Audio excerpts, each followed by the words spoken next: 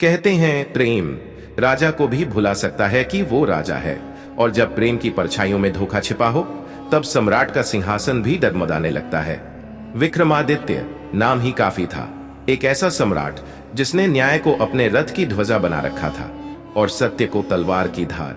लेकिन एक रात चंद्रमा की रोशनी में कुछ ऐसा घटा जो सदियों तक कोई न समझ सका। उसकी आंखों में गहराइयां थीं और मुस्कान में जादू। विक्रम ने पहली बार अपने हृदय में हलचल महसूस की। एक राजा जिसने 100 युद्ध लड़े थे, पहली बार प्रेम से परास्त हुआ। पर रुको, यही तो कहानी की शुरुआत है। चंद्रलेखा कोई साधारण स्त्री नहीं थी, वह उस राजघराने की अंतिम निशानी थी जिसे विक्रम ने वर्षों पूर्व युद्ध में हराया था। और वह लौटी थी प्रेम की नहीं, प्रतिशोध की अग्नि में जलती हुई। पर विक्रम यह न जान सका, क्योंकि जब दिल देखता है तो आंखें धुंधला जाती हैं। चंद्रलेखा राजमहल में आई एक साध्वी के भेष में। कहा गया कि वह तपस्विनी है जो राजस्ता की सेवा करने आई है। विक्रम ने निहाल होकर स्वागत किया और धीरे धीरे वह रानी का स्थान पा गई। यंत्रियों ने चेताया, प्रजाजनों ने कुहासों में फुसफुसाया, लेकिन विक्रम तो प्रेम में डूब चुका था। और प्रेम जब धोखे की जमीन पर खड़ा हो तो अंत हमेशा रक्त से लिखा जाता है। एक रात जब पूरे राज्य में शिवरात्रि का महापर्व मनाया जा रहा था, विक्रम चंद्रलेखा के साथ काली मंदिर में गया। वहां कुछ ऐसा घटा जो इतिहास में दर्ज नहीं, लेकिन हवाओं ने बताया कि चंद्रलेखा ने उसी रात विक्रम को विषपान करा दिया। वह प्रेम नहीं था, प्रतिशोध था। वह मुस्कान जिसमें विक्रम ने सौंदर्य देखा था, असल में छुरी थी, और उस छुरी ने उनके विश्वास का हृदय चीर दिया। लेकिन क्या विक्रम मृत्यु को स्वीकार कर लेता? नहीं, क्योंकि वह केवल राजा नहीं था, वह विक्रमादित्य था, सम्राटों का सम्राट, जिसने मृत्यु को मात देना सीखा था। विष ने विक्रम की चेतना छीन ली, पर आत्मा जीवित रही। और जब आत्मा जागती है तब वो जो दिखता है वह सच्चाई नहीं होता। विक्रम की आत्मा महाकाल के चरणों में पहुंची। वहीं महाकाल ने कहा, जिसे तूने प्रेम समझा वह तेरा दर्प था, अब तू तय कर, न्याय करेगा या माफ करेगा। विक्रम ने आंखें बंद की, और जब खोली तो उसकी आंखों में आंसू नहीं, केवल निर्णय था। वह लौटा, लौटा जीवन के परे से, मृत्यु की सीमा लांघकर, और सीधा पहुंचा उसी मंदिर में जहां चंद्रलेखा अपने कर्म की पूजा कर रही थी। विक्रम ने कहा, प्रेम के नाम पर जो छल किया उसका उत्तर चाहिए। चंद्रलेखा कांप गई, बोली, मैंने जो किया वो सही था, क्योंकि तूने मेरा कुल मिटाया था। विक्रम ने सिर झुकाया, कहा, सत्ता के युद्ध में निर्दोष भी मिटते हैं, पर तेरा युद्ध व्यक्तिगत था। वह चुप रही। विक्रम ने तलवार निकाली, लेकिन कुछ नहीं किया। तलवार जमीन पर रख दी और कहा, मैंने तुझसे प्रेम किया, तूने मुझसे प्रतिशोध लिया, इस रिश्ते में कोई अधूरा नहीं रहा। और वो वहां से चला गया, राजमहल त्याग दिया, सिंहासन छोड़ दिया और वन की ओर चला गया। लोगों ने कहा, राजा को प्रेम मिला या धोखा, लेकिन कोई न जान सका कि विक्रम ने प्रेम में भी न्याय देखा और धोखे में भी क्षमा। वो एक राजा नहीं, एक युग था, और युग केवल जीत या हार से नहीं, बल्कि धैर्य, त्याग और आत्मा की गहराई से बनते हैं। कहते हैं कई वर्षों बाद उसी वन में एक वृद्ध देखा गया जो छोटे बच्चों को कहानियां सुनाता था, और हर कहानी यही कहती थी, जब प्रेम तुम्हें आंखें बंद कर देता है तो न्याय तुम्हारी आत्मा से देखता है। और आज भी कहीं ना कहीं जब अमावस की रात आती है और चांद नीला होता है, लोग कहते हैं विक्रम की आत्मा अब भी चंद्रलेखा को क्षमा कर रही होती है, क्योंकि प्रेम केवल पाने का नाम नहीं, बल्कि त्याग, साहस और सत्य को चुनने का नाम है। तो बताओ, राजा को प्रेम मिला या धोखा, या फिर प्रेम ही सबसे बड़ा इम्तिहान था? कहानी वहीं से शुरू होती है जहां विक्रमादित्य सब कुछ छोड़कर चला गया था। राजमहल, सिंहासन, सत्ता सब त्याग चुका था, और जो शख्स कभी पूरे आर्यावर्त के सम्राट कहलाते थे, अब वह एक साधु की तरह जीवन बिता रहे थे। मगर मन कभी साधु नहीं बनता। वहां अब भी एक सवाल जलता रहा, क्या चंद्रलेखा को कभी प्रेम हुआ था, या वो बस एक मोहरा थी अपने कुल की प्रतिशोध की योजना का? साल बीतते गए, पेड़ सूखते गए, ऋतुएं बदली, लेकिन विक्रम की आंखों में वो एक पल जमकर रह गया जब उसने अपनी आत्मा को प्रेम के सामने झुका दिया था, और बदले में उसे विष मिला था। और फिर एक दिन वन में एक घायल लड़की दिखी, सांसें टूटी हुई, शरीर पर ताजगी नहीं बल्कि जलने के निशान। विक्रम ने उसे उठाया। उसकी आंखें किसी पुराने डर से कांप रही थीं। वह कुछ बोल नहीं पा रही थी, पर जब उसकी सांसें ठीक हुई तो जो कहानी उसने सुनाई उसने विक्रम को हिलाकर रख दिया। उस युवती का नाम था आर्या और वह उसी चंद्रवंशी राजघराने की अंतिम वंशज थी जिसे चंद्रलेखा ने बचाने का वादा किया था, पर बाद में अपने स्वार्थ के लिए सबको धोखा दे दिया। आर्या ने कहा, जिसे आप प्रेम कहते हैं वो प्रेम नहीं था, वो सिर्फ एक परछाई थी। असली चंद्रलेखा कभी आपसे मिली ही नहीं। विक्रम ठहर गया, उसकी सांस थम गई और उसने पूछा, क्या मतलब है तुम्हारा?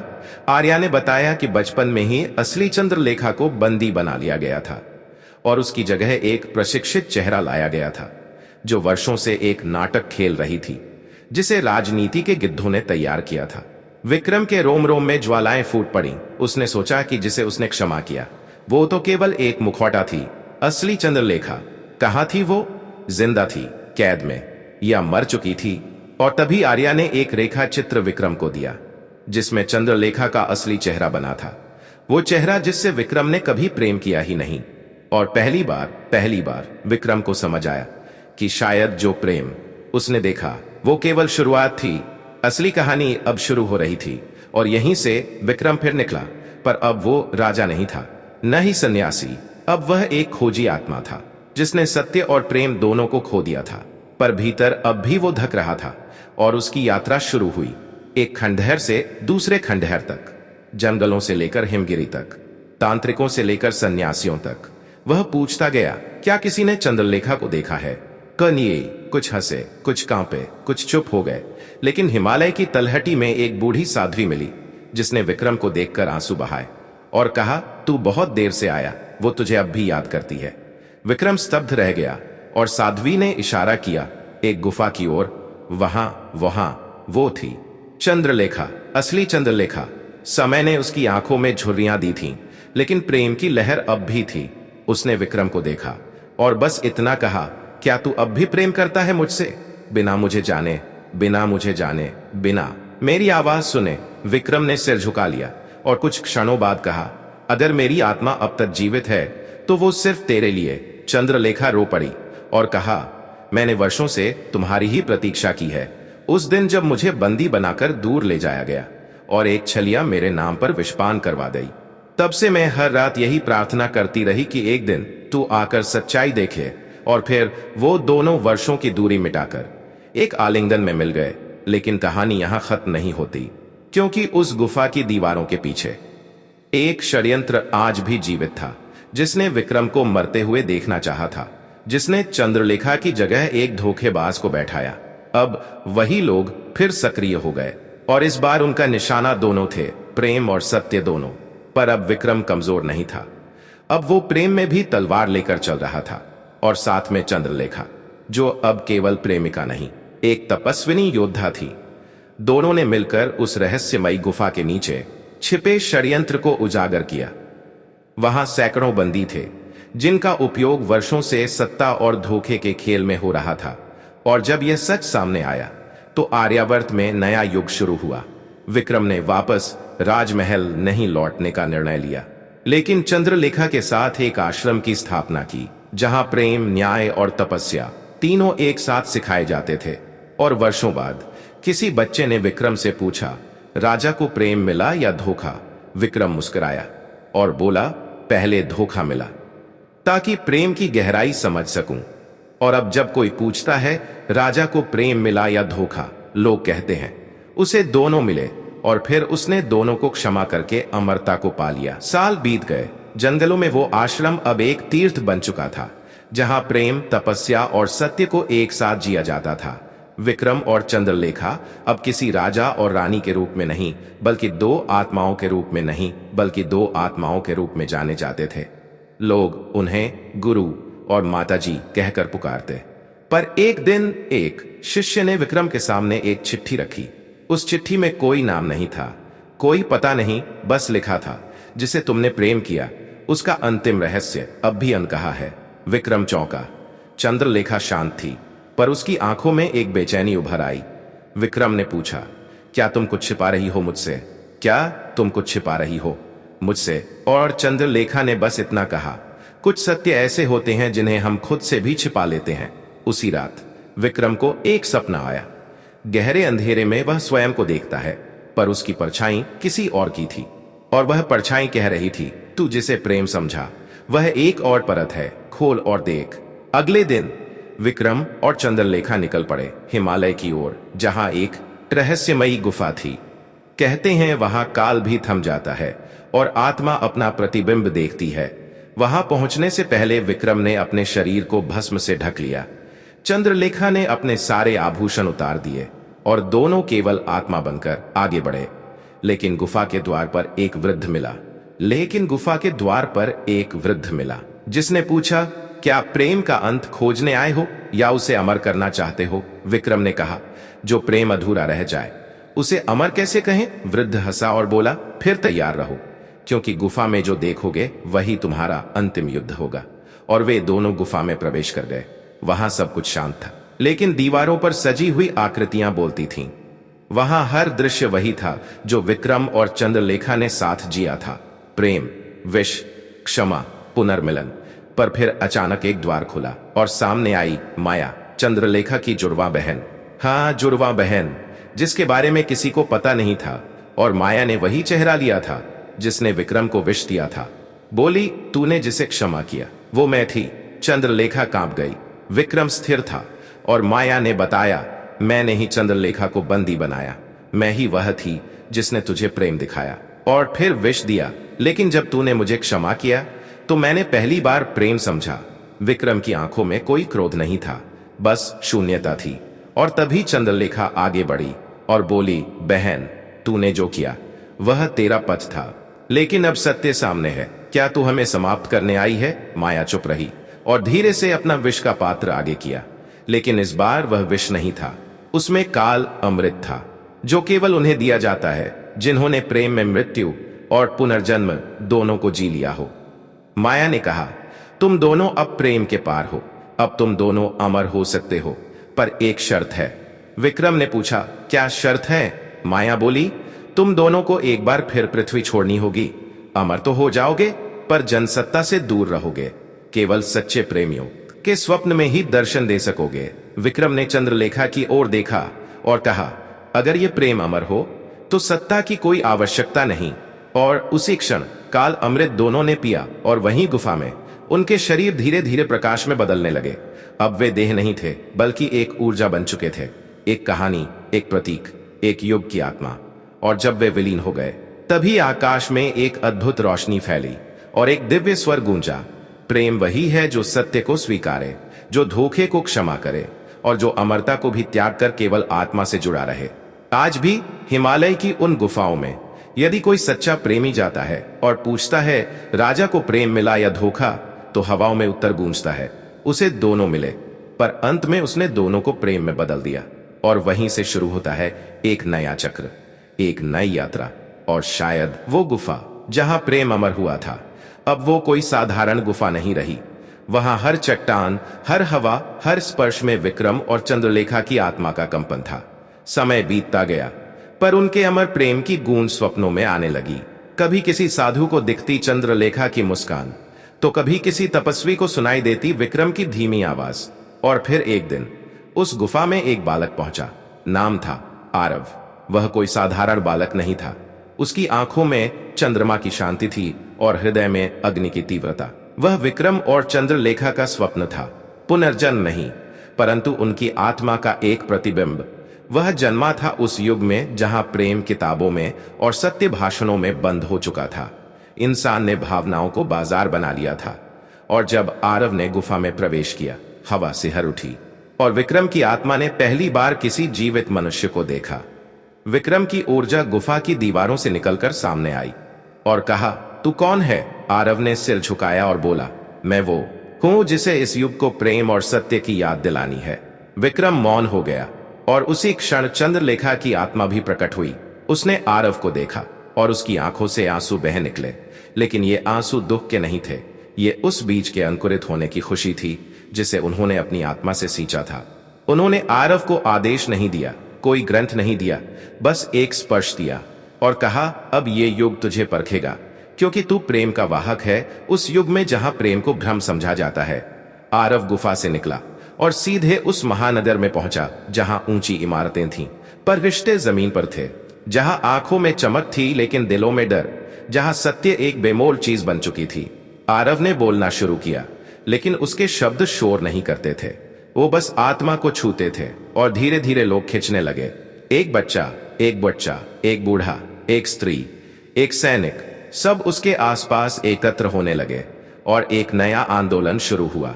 ना किसी झंडे के नीचे, सत्ता के विरोध में, सिर्फ प्रेम के लिए, सत्य के लिए। मगर अंधकार तो हर युग में छिपा रहता है, और अब भी वह छाया बनकर आरव के पीछे आने लगा। उस अंधकार का नाम था शून्य। वही ऊर्जा जो विक्रम के समय में सत्ता के पीछे थी, वही जो माया के रूप में छल कर चुकी थी। अब वह डिजिटल युग की मास्क पहनकर आरव को मिटाना चाहती थी, क्योंकि आरव से सत्य फिर से जीवित हो रहा था, प्रेम फिर से आदर्श बन रहा था। आरव को धमकियां मिली, उसके वीडियो हटाए गए, उसके शब्दों को मजाक कहा गया। पर उसने विक्रम से एक वाक्य सीखा था, जब तू टूट रहा हो तब तू सबसे ज्यादा जुड़ रहा होता है। और उसने रुकना नहीं सीखा। चंद्रलेखा की ऊर्जा उसकी चेतना में थी, जो कहती थी धोखा केवल एक परत है, उसके नीचे भी सत्य सांस लेता है। और फिर एक दिन आरव को उठा लिया गया, एक बंद गुफा में डाल दिया गया, जैसे कभी चंद्रलेखा को डाला गया था। और वहां उससे पूछा गया, क्या प्रेम अब भी बचा है तुझमें? आरव मुस्कुराया और कहा, तुम लोग प्रेम को मिटा नहीं सकते, क्योंकि प्रेम वो बीज है जो मिट्टी में भी सांस लेता है। और उसी क्षण गुफा की दीवारें कांपने लगीं और एक दिव्य प्रकाश फैला। विक्रम और चंद्रलेखा की आत्मा स्वयं प्रकट हुई और उन्होंने कहा, जिस प्रेम के लिए हमने देह छोड़ी थी, आज वो फिर से जीवित हो गया है। आरव मुक्त हो गया, लेकिन अब वह अकेला नहीं था। उसके साथ सैकड़ों आत्माएं थीं जो प्रेम में चोट खा चुकी थीं, पर अब वे उठ खड़ी हुई थीं। और इस तरह शुरू हुआ एक युगांतकारी आंदोलन, जहां प्रेम को अंधकार के विरुद्ध खड़ा किया गया, बिना तलवार, बिना रक्त, बस शब्दों की अग्नि से। और जब यह युग समाप्त होगा और आने वाला युग पूछेगा, क्या राजा को प्रेम मिला या धोखा, तो उत्तर केवल यही होगा, राजा को धोखा मिला, ताकि प्रेम अमर हो सके। और जब वह प्रेम अग्नि में कूद कर भी बच गया, तब वही प्रेम अगली पीढ़ियों का सूरज बन गया। और तब तक विक्रम और चंद्रलेखा अमर रहते हैं, उन आत्माओं में जो टूटी हैं पर फिर भी प्रेम करती हैं, जो रोई हैं पर फिर भी सत्य बोलती हैं, और जो जीती हैं केवल आत्मा के लिए। वो युग जिसे बदलने आरव निकला था, अब उसकी ओर तेजी से मुड़ रहा था। जिस क्रांति की शुरुआत उसने प्रेम से की थी, अब वह केवल आंदोलन नहीं रही, अब वो एक विचार, एक प्रकाश, एक नई परिभाषा बन चुकी थी। आरव अब सिर्फ एक नाम नहीं, एक चेतना बन चुका था। और ये बात सत्ता के सिंहासनों को डराने लगी थी, जिनकी नींव झूठ, भय और नियंत्रण पर टिकी थी। वे जान गए थे आरव को मिटाना अब संभव नहीं, लेकिन उसे तोड़ना अभी भी उनकी योजना में था। और इस बार लड़ाई मैदान की नहीं, मन की थी। उन्होंने एक नया शस्त्र निकाला, राष्ट्रवाद। उन्होंने आरव के विचारों को विरुद्ध बताकर प्रचार किया कि प्रेम राष्ट्र के विरुद्ध है। उन्होंने कहा, जो प्रेम की बात करता है वो हमारी संस्कृति को कमजोर करता है। और जनता, जो वर्षों से सत्ता के कहे अनुसार जीती आई थी, उसने प्रश्न उठाना शुरू किया, आरव क्या वाकई देश विरोधी है? जबकि आरव का हर शब्द, हर आह्वान राष्ट्र को भीतर से मजबूत करने का था। वह कहता था, सच्चा राष्ट्र वही होता है जहां प्रेम डर से बड़ा होता है। लेकिन अब हवा में जहर घुल चुका था। मीडिया में उसकी छवि बिगाड़ी जाने लगी, स्कूलों में उसके नाम पर प्रतिबंध लगाया गया, मंदिरों और मस्जिदों दोनों ने उसे भटकाया हुआ कह दिया। आरव चुप था, लेकिन भीतर उसकी आत्मा अशांत थी, क्योंकि यह पहली बार था जब उसे ऐसा लगा कि शायद लोग प्रेम को समझने से थक चुके हैं। तभी एक रात उसे सपने में विक्रम दिखे और कहा, तू अकेला नहीं है, तू वही लड़ाई लड़ रहा है जो मैंने तलवार से लड़ी थी, लेकिन तू उसे शब्दों से लड़ रहा है, और शब्दों की धार तलवार से तीव्र होती है। और उसी पल आरव ने निर्णय लिया, अब वह छिपेगा नहीं, वह राष्ट्र के सामने जाएगा, खुले मंच पर, हजारों लोगों के सामने, और अपनी आत्मा की आवाज रखेगा। और ऐसा ही हुआ। एक ऐतिहासिक दिन, राजधानी के मध्य में एक विशाल मैदान में, मंच पर आरव अकेला खड़ा था। सामने लाखों लोग और उसके चारों ओर कैमरे, आलोचक, विरोधी, और वो भी जो कभी उसके साथ थे लेकिन डर के कारण पीछे हट गए। आरव ने एक सांस ली और फिर कहा, आज मैं प्रेम के लिए नहीं बोल रहा, मैं उस राष्ट्र के लिए बोल रहा हूं जो अब डर से चलने लगा है। भीड़ चुप थी, हवा स्थिर थी, और वो आगे बोला, राष्ट्र कोई नक्शा नहीं होता। राष्ट्र वो बच्चा होता है जो माँ की गोद में भूखा न रोए। राष्ट्र वो बुजुर्ग होता है जो बिना दवा के न मरे। राष्ट्र वो लड़की होती है जो रात को घर लौटते समय डर के बजाय सपने देखे। राष्ट्र वो किसान होता है जो बीज बोते समय आत्महत्या नहीं सोचता। और राष्ट्र वो प्रेम होता है जिसे बिना डर के जिया जाए। भीड़ कांप उठी, किसी की आंखें नम हुई, किसी के भीतर कुछ टूटा। और फिर आरव बोला, अगर मेरे शब्द राष्ट्र विरोधी हैं तो समझो राष्ट्र बीमार है। उस भाषण ने इतिहास को झकझोर दिया, लेकिन सत्ता सत्ता सत्ता तिलमिला उठी। उन्होंने आरव पर राजद्रोह का मुकदमा चला दिया, लेकिन अदालत में भी आरव मौन नहीं हुआ। उसने वही कहा जो उसने गुफा में सीखा था, जब सत्य पर चोट की जाए तो वो टूटता नहीं, प्रतिध्वनि बन जाता है। जज भी कुछ देर मौन रहा, फिर फैसला सुनाया, आरव दोषी नहीं, बल्कि ये समाज दोषी है जो प्रेम को अपराध मान बैठा है। और बस यहीं से आरव कोई व्यक्ति नहीं रहा, वह एक राष्ट्र का भाव बन गया। उसी रात जब आरव ध्यान में बैठा, विक्रम और चंद्रलेखा की आत्माएं उसके सामने आए और उन्होंने कहा, अब तू हमें पार कर गया है। तूने प्रेम को राष्ट्र बना दिया और राष्ट्र को आत्मा। आरव की आंखें बंद थीं, पर भीतर से रोशनी फूट रही थी। और उस रात आकाश में एक नई तारा ज्योति जली। लोग कहते हैं वह तारा आज भी चमकता है। और जब कोई हताश होकर पूछता है क्या राजा को प्रेम मिला या धोखा, तो उस तारे से उतरता है उत्तर, राजा को प्रेम मिला, लेकिन वह प्रेम तब अमर हुआ जब उसने राष्ट्र का रूप लिया। और जब प्रेम राष्ट्र बन जाए तब वो न मरेगा न झुकेगा, बस हर आत्मा में जगेगा। और इस तरह आरव की कहानी जारी है, और उस इंसान के दिल में जो अब भी प्रेम करता है, बिना शर्त, बिना भय। और हाँ, ये अंत नहीं, क्योंकि जहां प्रेम जीवित है वहां कहानी कभी समाप्त नहीं होती। वो रात ठंडी थी और हवा में एक विचित्र सी नमी थी, जैसे कोई नया परिवर्तन आने वाला हो। आरव अपने कक्ष में मौन बैठा था, आंखें बंद, हृदय स्थिर, और ध्यान उसके चारों ओर घना हो रहा था। तभी विक्रम की आत्मा फुसफुसाई, आरव, अब समय है बाहर जाने का। वहां एक नया शत्रु तेरा इंतजार कर रहा है। प्रेम यहां जाग चुका है, पर संसार अब भी नींद में है। आरव ने आंखें खोली और उसकी दृष्टि में फिर वही ज्वाला थी जो कभी विक्रम के युद्ध में होती थी। लेकिन ये युद्ध भौतिक नहीं था, ये एक अदृश्य, गहन और कहीं ज्यादा खतरनाक युद्ध था। क्योंकि अब शत्रु कोई व्यक्ति नहीं था, कोई नाम नहीं, कोई चेहरा नहीं, वह एक विचार था, एक आदत, एक आत्मा की बीमारी, भूल। हाँ, वही भूल जो लोगों को उनके भीतर के प्रेम से काट देती है, जो इंसान को मशीन बना देती है, रिश्तों को याद से मिटा देती है और भावनाओं को मनोरंजन बना देती है। आरव ने यात्रा शुरू की, भारत से बाहर, वहां जहां लोग विकास तो कर चुके थे लेकिन संवेदना से सूख चुके थे।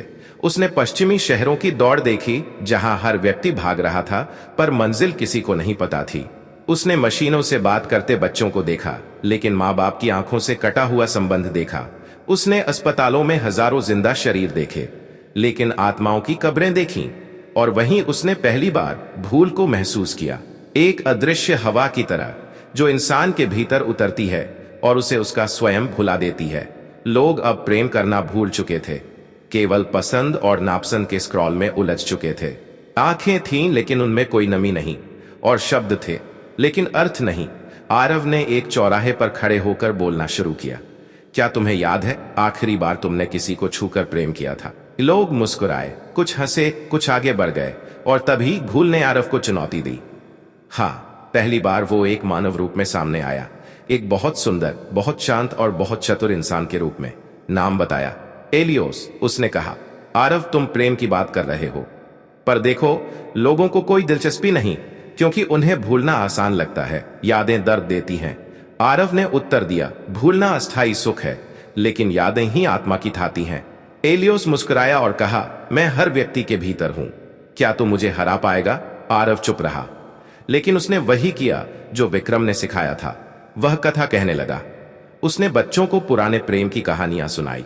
उसने वृद्धों से उनके पहले प्रेम के नाम पूछे।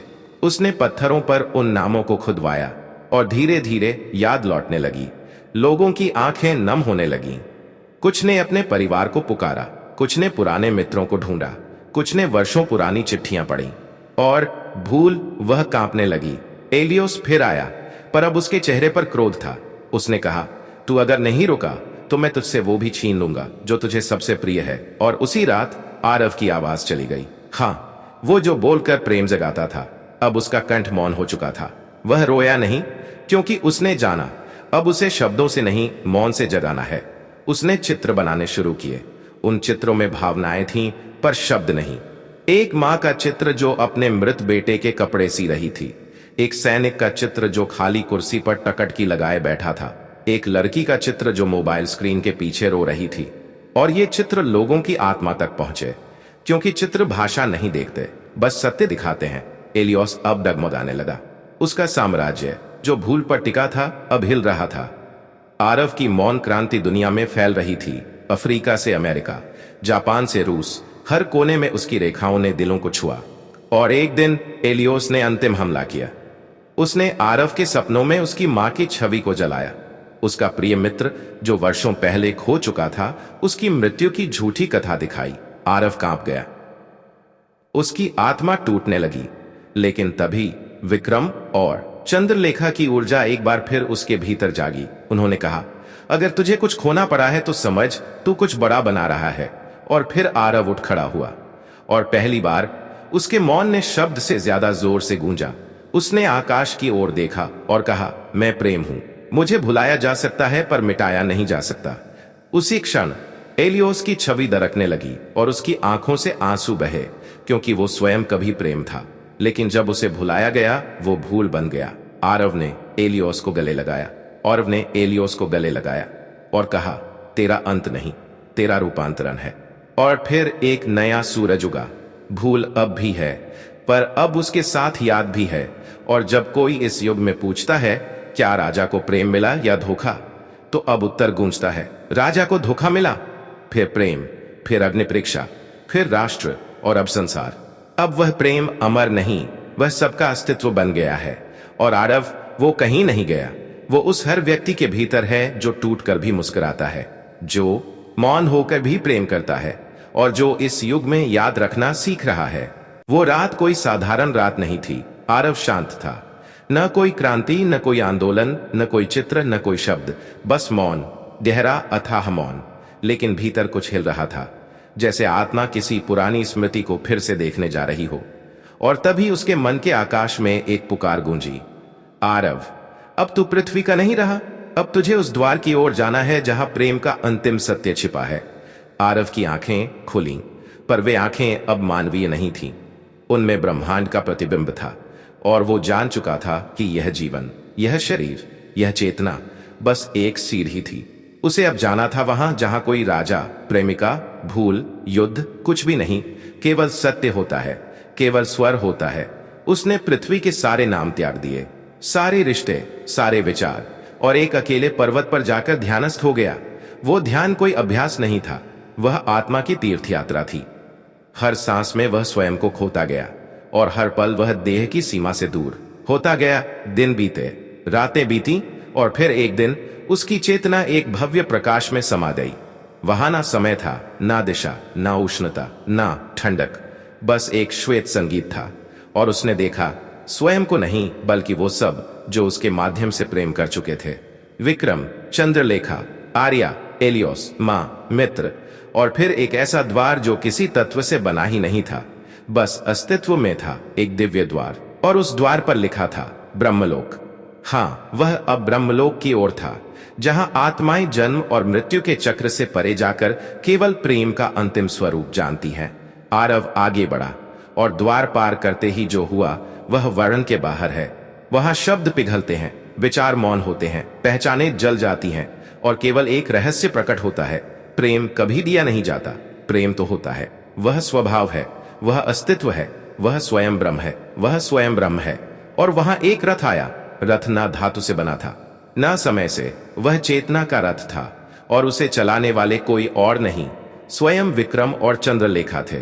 अब देह में नहीं, अब केवल ऊर्जा में। वे मुस्कुराए, और विक्रम बोला, आरव, तू वहां पहुंच गया है जहां प्रेम को कोई नाम नहीं, कोई आवश्यकता नहीं, यहां वह बस होता है। और चंद्रलेखा बोली, लेकिन इस सत्य को जानने का अर्थ है पृथ्वी के मोह से बाहर निकल जाना। क्या तू तैयार है? आरव ने उत्तर नहीं दिया, क्योंकि वहां हाँ और नहीं का भी कोई अस्तित्व नहीं था।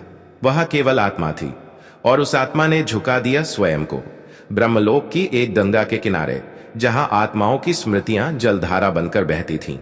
आरव ने उनमें डुबकी लगाई और तब उसे वह एक दृश्य दिखा जिसने सब कुछ बदल दिया। उसने देखा प्रेम, जो वह वर्षों से दूसरों में ढूंढता रहा, वह कभी अलग था ही नहीं। वह स्वयं था। उसकी चेतना ही प्रेम थी, उसकी यात्रा ही प्रेम थी, उसकी यात्रा ही प्रेम थी, उसकी यात्रा ही प्रेम थी, उसकी यात्रा ही प्रेम थी, उसकी यात्रा ही प्रेम थी। भीतर की ही परछाइयां। और तब एक गहन कंपन हुआ। ब्रह्मलोक की दिशाएं कांपीं, क्योंकि एक आत्मा ने पूर्ण आत्मबोध प्राप्त कर लिया था। वह अब आरव नहीं था, वह अब सत्य स्वरूप बन चुका था। अब कोई नाम नहीं, अब कोई आकृति नहीं, केवल वह एक ऊर्जा जो प्रेम का अंतिम सत्य है। लेकिन वहां एक विकल्प उसे दिया गया। ब्रह्मा स्वयं प्रकट हुए और कहा, तू चाहे तो यहीं स्थिर हो सकता है, जन्म मरण से परे, अनंत विश्रांति।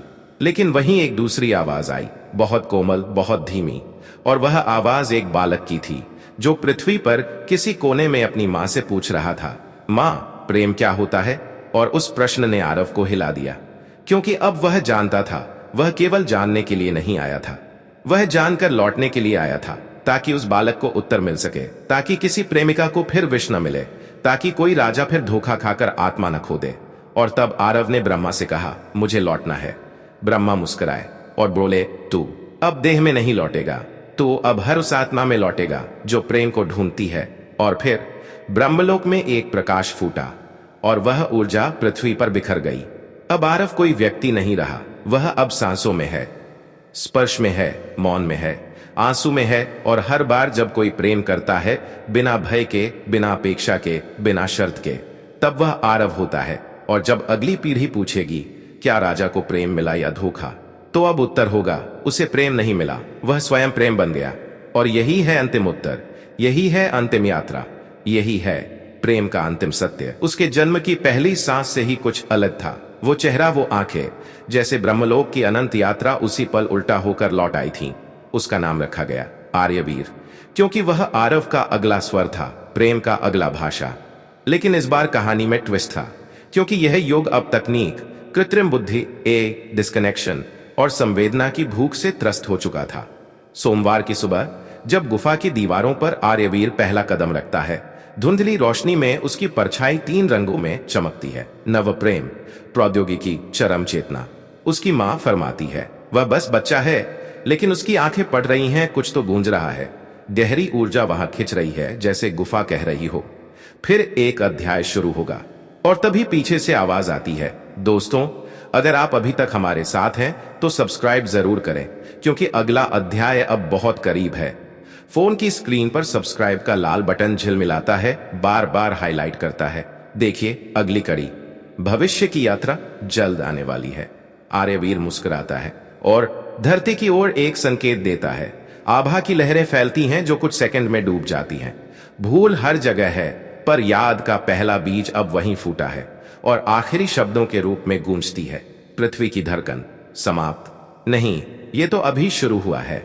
अब सब्सक्राइबर करें, लाइक एंड शेयर कीजिए, ताकि प्रेम का यह युग विश्व तक पहुंचे।